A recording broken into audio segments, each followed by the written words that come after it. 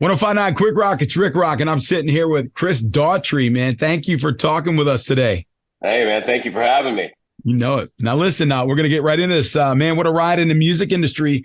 Chris Daughtry, American Idol, to Chris Daughtry, the rock star. I mean, what's that been like? What's that been like over the years for you? It has been a roller coaster for sure, man. It's good to be back in the rock world. I can tell you that. I can imagine. I can imagine. So, it's always nice to hear, what were some of the music inspirations for you growing up? Oh man, Soundgarden was hugely influential live. Throwing Copper was a record that kind of lit the fire in me to pick up a guitar and start writing songs and get in front of a mic and start screaming, Yeah. How old were you when all that happened for you? I would say around 16 is when I was like, I think this is what I want to do. I was listening to, Alice in Chains and Soundgarden and Live and God, I mean, pretty much all the greats of the 90s and in my bedroom, just trying to emulate all of them, Tool. And then I remember seeing, I went to see Live on the Secret Samadhi tour in 1997.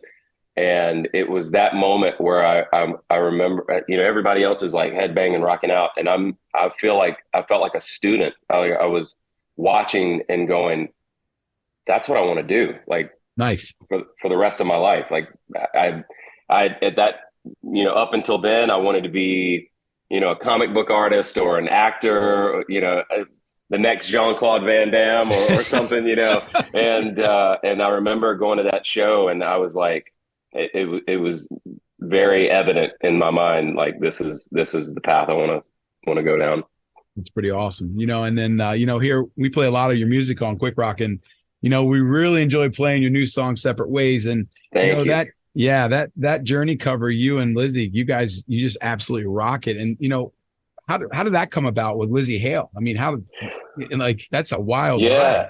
Well, Lzzy and I have been friends for since I think our second record. We met back in like 2008, and they were working on their first record with Howard Benson, and we were working on our second. And Howard had a little barbecue for his artists and just at the studio, and kind of to let his artists kind of mingle and meet each other. And it was us and 3 Days Grace and Hoobastank and Halestorm and then fast forward to like 2013, we would tour together with Three Doors. And we kind of just hit it off and had been talking ever since. And we had kicked around the idea like, man, we got to work together. We got to work together. We got to work together. Yeah. And nothing really ever came of it. And during the pandemic, we were doing these like acoustic live streams. And sure.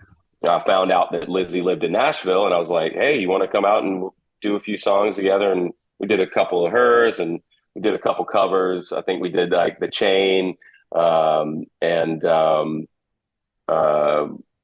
Man in the Box, and it's on YouTube somewhere. And I creeped on it. I creeped on it. It's good stuff. Yeah, thank you, man.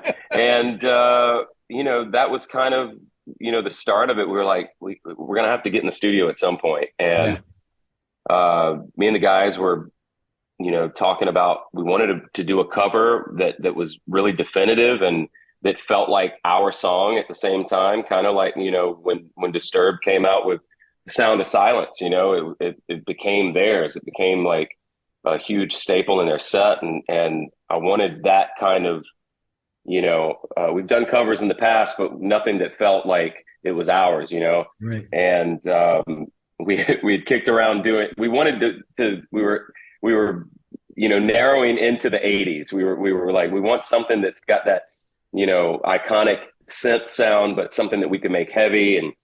And at first we had talked about doing The Final Countdown. Oh, wow. And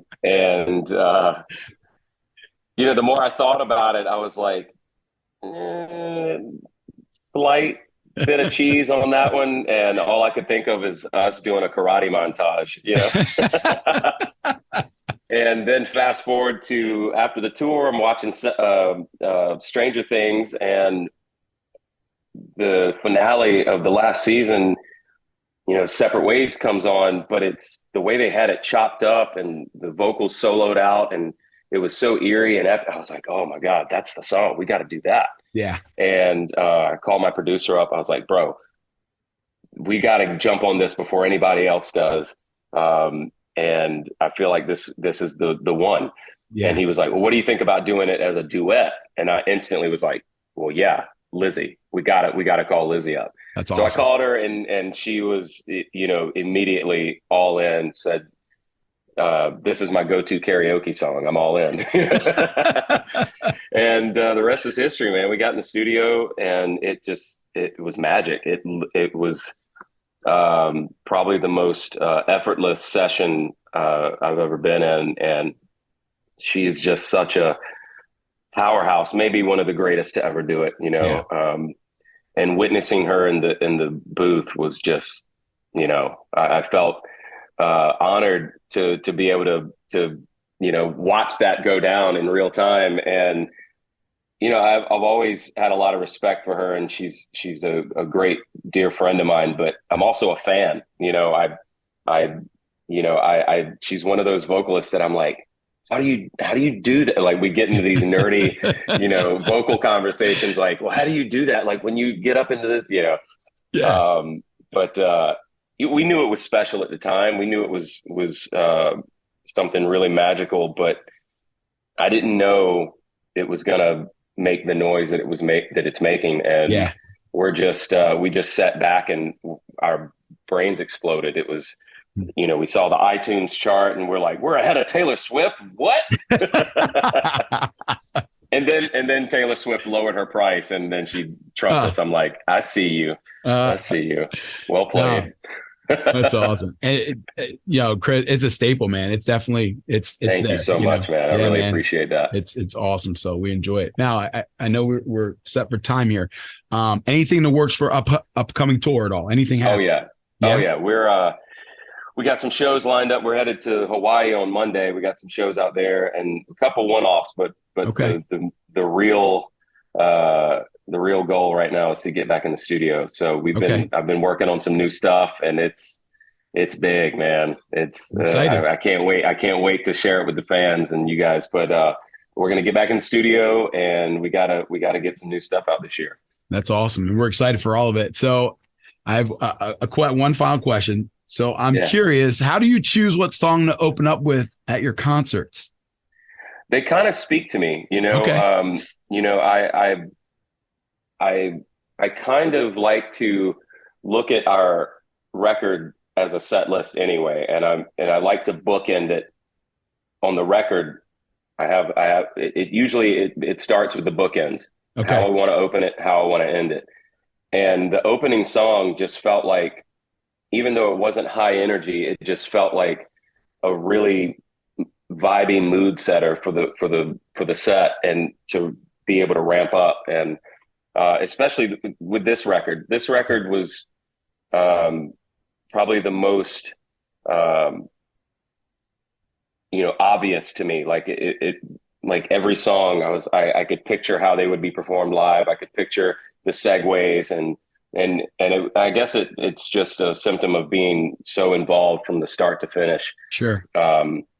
But yeah, they usually speak to me, and I have a you know, a bit of a vision in my head on how I see the performance and how I see it, how I see the crowd reacting. Nice. Well, listen, man, that's cool. And you know, lucky Hawaii, man. We're ready for you in Pennsylvania, my friend. That's all I can say. Oh, man, we love Pennsylvania, and we love playing there. So we can't wait to come back. I appreciate you. And again, I know you got some time here. So thank you again, Chris, for being on the show today. We really appreciate it. Absolutely. Thank you for having me, Rick. I appreciate you. Thank you. Man, you know it. All right. Be well. We'll see you soon.